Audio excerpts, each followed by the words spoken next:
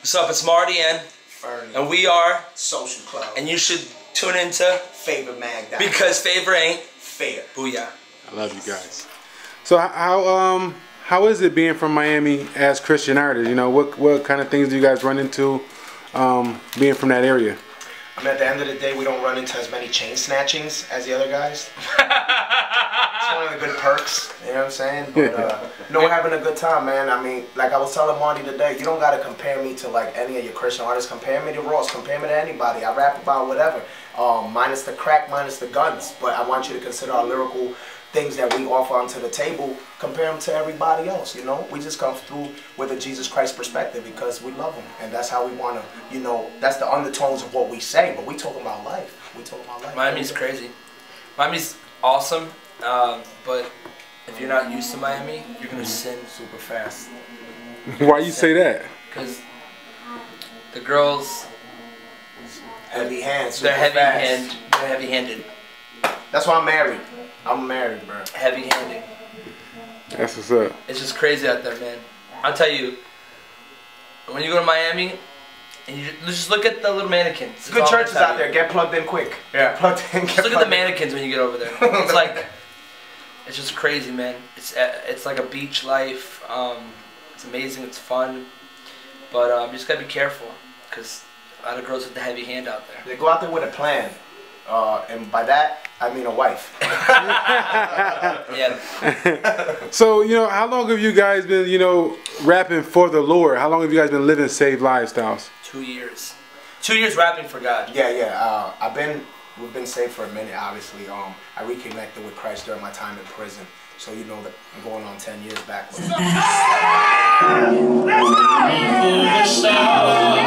Love you, bro. I'm dehydrated.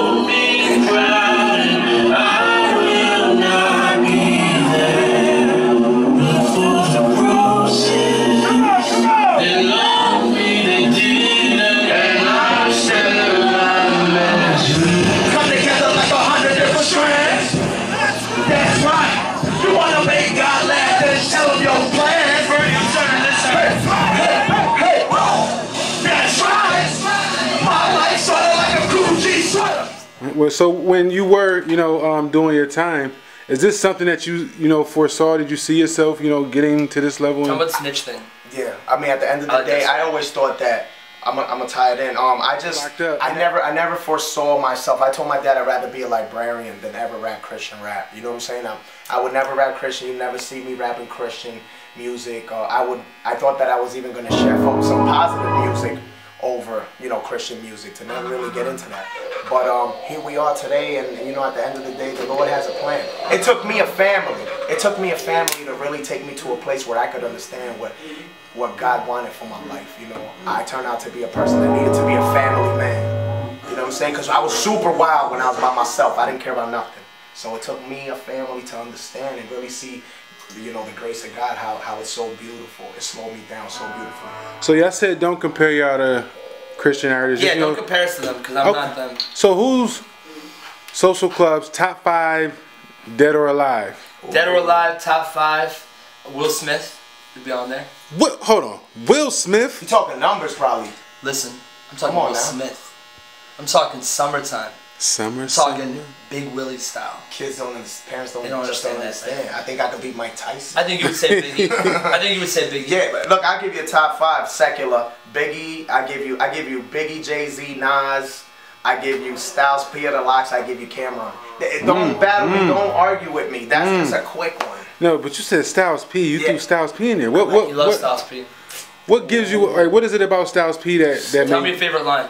I mean, he said he could throw you over the clouds. He said so many different things. Like at the end of it was his voice, his delivery, and to me, I ain't gonna lie. Maybe you could see through some of my styles, but I like a mean tone. I like an authoritative tone.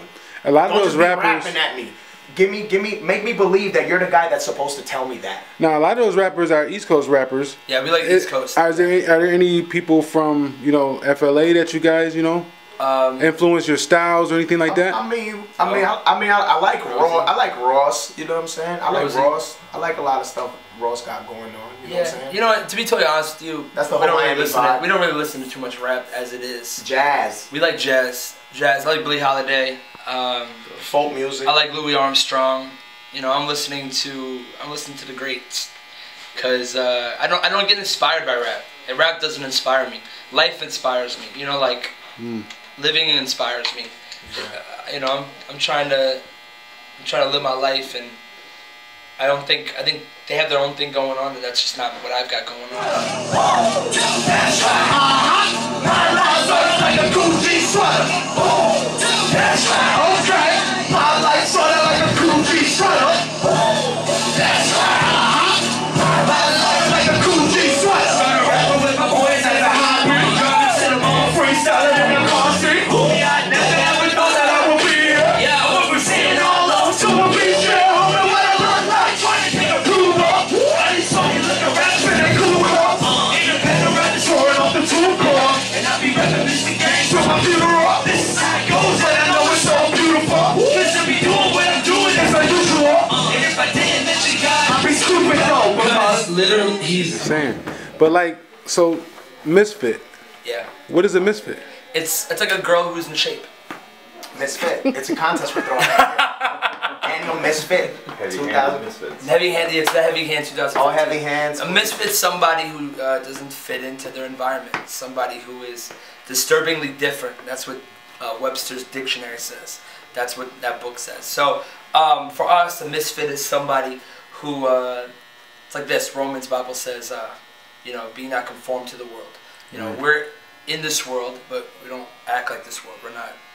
It's a different system, and we're in it. And we don't fit in to what the world does. So it's almost, it puts us in this weird place where I don't want to stop there though. A misfit to me is more than that. A misfit is that kid who just feels different. Is that kid who feels like, man, you know, there's no one like me, or alone, or a loner, or maybe, you know, going through life. And you know, for us, I feel like me and Fern, we grew up really quick. You know, we were in our 20s when we were in our 16s, 17s, and we were in our 30s by the time, you know. So we lived life, you know, growing up real quick, probably too fast. But, you know, for me personally, I know that I never really fit in or had the want to fit into what everybody was doing. I just can't live that life. It did never appeal to me. So a misfit is almost, you know, to me, is somebody like me. We're misfits. We don't really have any appeal towards the world or what everyone has going on or what's popular. That's not what we like. Right. And so there's a lot of kids like us where they feel like, man, I'm opposite of what everyone's doing, and I feel different, and you know, I do things a certain type of way, and I'm considered probably weird, and people don't look at me like I'm the cool guy, and those are our friends. That's our crew, the misfits. And so we're after all those kids who feel rejected and feel that they just don't fit into life in general. You know, sometimes we feel like we don't fit into our families. So that's what we do. We love them to death, and that's really who we make music for. We don't make music for anybody else. We make music for them only, and that's our crew. That's who we run with. And if you happen to find yourself in that place, I mean, this is where you belong. You belong with us. We're just, you know, we're doing fun stuff. We here now. And we don't do rapping things. Sacrifice. Okay. Was it supposed to be right? Okay, well they were wrong. I'm driving through my city singing all my favorite songs. Yeah, they really sound cream. Everything was just a dream. Yeah, these were my role models and everyone I try to be. For me, I got it, tried it, I hate it, I do. And every time I try to act like them, I wasn't cool. I'm saying things that wasn't true. I'm just trying to fit it. Don't wanna be down with my crew like Biggie in 97. I feel like you fucking never expected. Where do you plug in when you're at home? Like when you're not, like what ministries, if you will, do you see yourself like you're plugged into? Because, you know, I hear the theme and the essence of we're reaching these people that feel detached from things, they feel rejected, they feel hopeless or whatever it is. So like whether it's at-risk youth, whether it's a homeless shelter, I mean whatever it is, like where you reside at, where do you see yourself or where do you plug yourself in to just involve and activate into community? Well, right now, to be honest with you, it's a great question because we have so many opportunities being thrown at us right now. You know what I mean? We haven't necessarily picked one. We have a lot of charities, a lot of different youth organizations that are wanting to partner with us and are wanting to do things with us. So we are reviewing those things now and seeing who we would pick up and want to do. But as far as us right now, just traveling the country almost 3 times a week, you know, 5, 6 planes a week and things of that nature, and going to see these kids right where they are is kind of our ministry right now. Because we're not even home. Right. You know what I'm saying? Like, and that's exactly what I was going to say is that, you know, we have local ministry, obviously we're plugged into church. Yeah, sure. So that's basic right there. Right. But outside of that, you know, we're not home. So when we're on the road, this is our connecting. When we love to hang out with that's the worst thing you can do right now. Just get them on camera. Get them on camera. Sneaking a chip. Sneaking chips. Where we found them. I feel like Wu-Tang 93 show. I just wanna live, young, party with my best friend. Always was a standout. I never try to fake it. I'ma do good. I never try to get there. Everybody got a cold side. Real muscles there, homie. That's right. My life sorta like a Gucci sweater.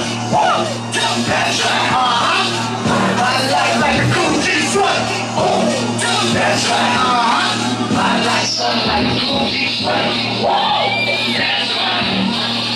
My life like a Gucci sweater. From my cousin Pop Rock with an L, this your song.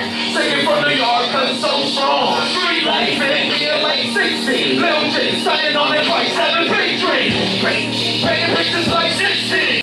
I love him. Listen, at the end of the day, we're never home. You know, when I'm home, I serve in my church, and so that's regular right there. But for the most part, you know, I've done a lot of charity work. We just went full time. I used to do charity work with United Way and the Jack and Jill houses down there, which I love. And my heart goes out to those kids who, you know, have one parent and have, you know, a messed up home and they live with their grandparents. I love those kids because, you know, those are the kids who just need love so much, and I want to show them the love of Jesus.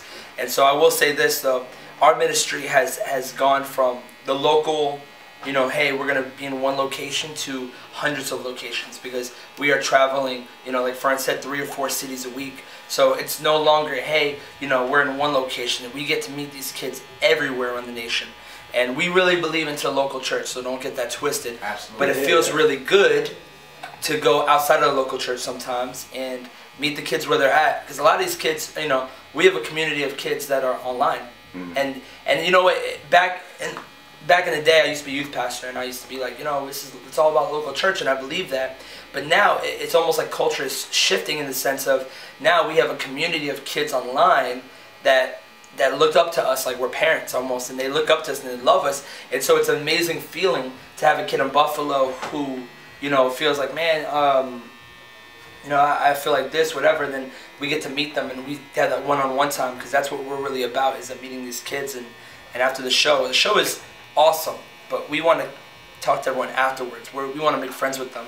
And, you know, I wish when I was growing up, I had my favorite rapper come and want to just talk to me and just input and say, hey, I love you, and give you a hug, and if you need prayer, we're here for you. And that's what we do. And one thing of the day, you know, we're going to leave, and you'll see us online, but, you know, unfortunately, we don't get to see you every single month, but you have pastors and leaders who are amazing, who love you and want you to be a part of the ministry and plug you in and to grow you as a Christian so your roots go deeper. And so that's where really we partner with so many local churches, and we have so many people that we love and we care about that we try to connect together. So I would just say for anybody who's out there as an artist, understand that once you start going full-time in music, your ministry it always will be local. You always have a church to go to. Please get plugged into a church. For us, we're never home on the weekend. I go to church on Tuesday. So you find a church that you go to, and you find a place you have someone pour into you. But then outside of that, since you're not home as much, you make the most of every opportunity with these kids. The Bible says you make the most of every opportunity. And we do that with these kids. We make the most of anyone to show Jesus in as much as we can. We love on these kids and show them grace. It's a great feeling. So that's awesome. Listen, we got 2 minutes. Tell them really quick about yourself. Fernie shot a text with the... Listen, man, real quick. I come from a Christian background. My dad's a bishop. We grew up in a church. I played drums, all that. I say that to say this. I should have known better When I was 18 years old, on my own terms, I decided not to go to church anymore. I decided to live on my own terms, do whatever I wanted. I left my crib to go do whatever I wanted. Because that's what I wanted to do. I felt like my family was sheltering me. I felt like I was being hidden away from the secret